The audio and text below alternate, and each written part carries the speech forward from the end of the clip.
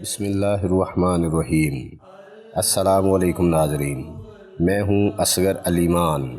دوستو، ویڈیو شروع کرنے سے پہلے میرے چینل علی مان اسلامی کو سبسکرائب کریں تاکہ میری ہر آنے والی نیو ویڈیو آپ دوستوں کو سب سے پہلے ملے۔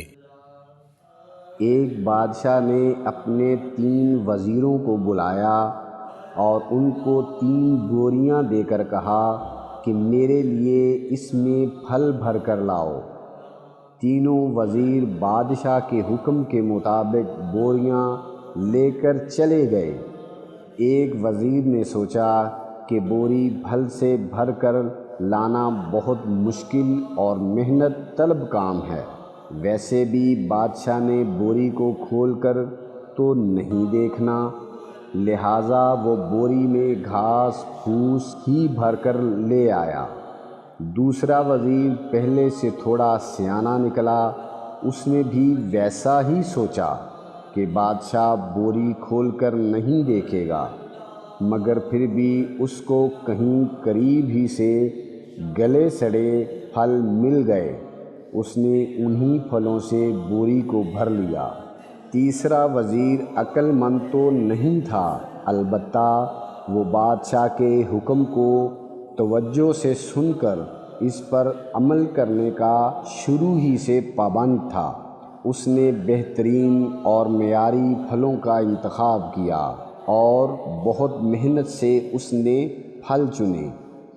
جب تینوں وزیروں کو ان کی بوریوں سمیت بادشاہ کے سامنے پیش کیا گیا تو پہلے اور دوسرے وزیر کی سوچ بالکل درست ثابت ہوئی۔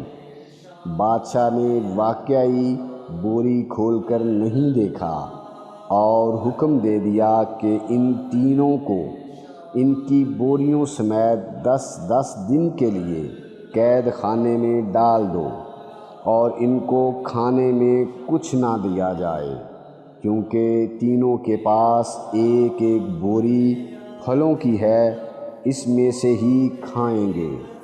جب تینوں کو ان کی بوری سمیت الگ الگ قید خانے میں ڈال دیا گیا تو جس نے معیاری اور بہترین پھل بھرے تھے اس کی تو قید میں بھی موج ہی لگ گئی۔